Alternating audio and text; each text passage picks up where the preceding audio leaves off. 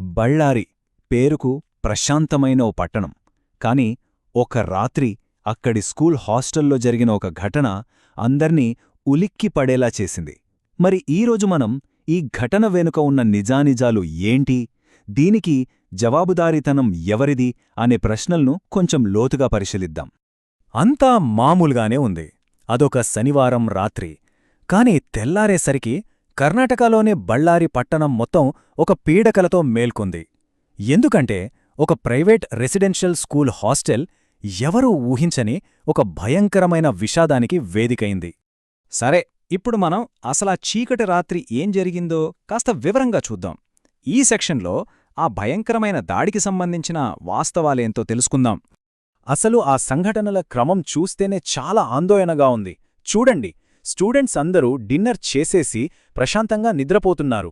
కాని ఆ నిశ్శబ్దాన్ని ఛేదిస్తూ ఒక స్టూడెంట్ తనతో పాటే చదువుకుంటున్న వారిమీద పదునైన ఆయుధాలతో దాడికి దిగాడు.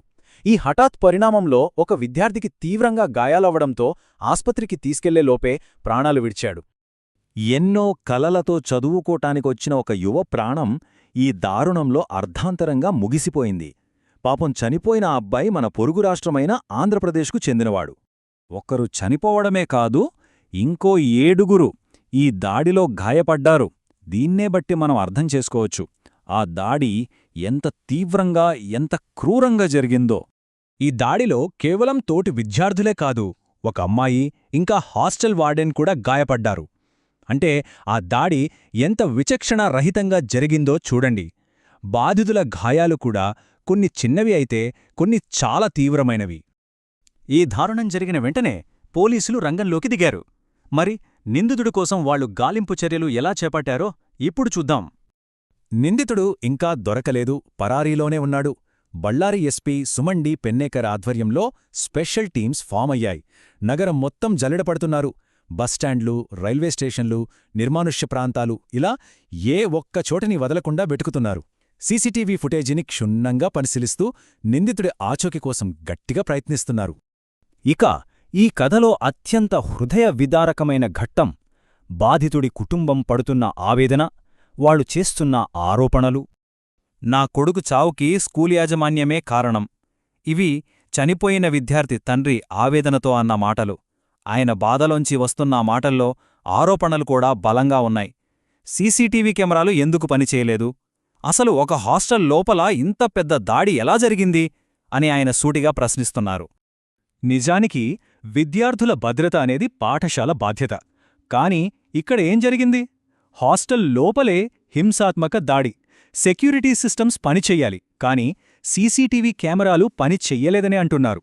క్యాంపస్ సురక్షితంగా ఉండాలి, కాని ఒక విద్యార్థి ఆయుధాలతో తోటివాళ్లమీద దాడి చేయగలిగాడు. అంటే ఇక్కడ భద్రతా వ్యవస్థలో ఎంత పెద్ద లోపముందో స్పష్టంగా కనిపిస్తోంది.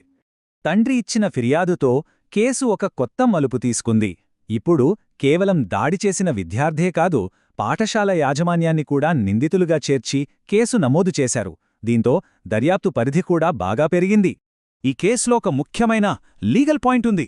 నిందితుడు మైనర్ కాబట్టి ఈ కేసును జువెనైల్ జస్టిస్ చట్టం కింద విచారిస్తారని ఐజీపీ పిఎస్ హర్ష తెలిపారు. ఈ చట్టం ప్రకారం మైనర్ల కేసులను చాలా సున్నితంగా, ప్రత్యేక పద్ధతిలో డీల్ చేయాల్సుంటుంది. దర్యాప్తు చాలా వేగంగా జరుగుతోంది. ఫోరెన్సిక్ టీమ్స్ క్రైమ్ సీన్ని పరిశీలించాయి. టీచర్లు, పేరెంట్స్ నుంచి స్టేట్మెంట్స్ రికార్డ్ చేస్తున్నారు. అంతేకాదు, అసలు హాస్టల్కి సరైన లైసెన్స్ ఉందా లేదా అనే కోణంలో కూడా విచారణ మొదలుపెట్టారు. ఈ సంఘటన కేవలం ఒక దాడి మాత్రమే కాదు, ఇది మన సిస్టంలోని లోపాలను, భద్రతా ప్రమాణాల్లోనో డొల్లతనాన్ని బయటపెడుతోంది. ఇప్పుడిది మన ముందు కొన్ని తీవ్రమైన ప్రశ్నలను ఉంచుతోంది. మన పిల్లల్ని కంటికి రెప్పలా చూసుకోవాల్సిన ఒక స్కూల్ హాస్టల్లో సేఫ్టీ ప్రోటోకాల్స్ ఎందుకు ఫెయిల్ అయ్యాయి? అసలు లోపం ఎక్కడ జరిగింది? ఇది మొదటి ప్రశ్న.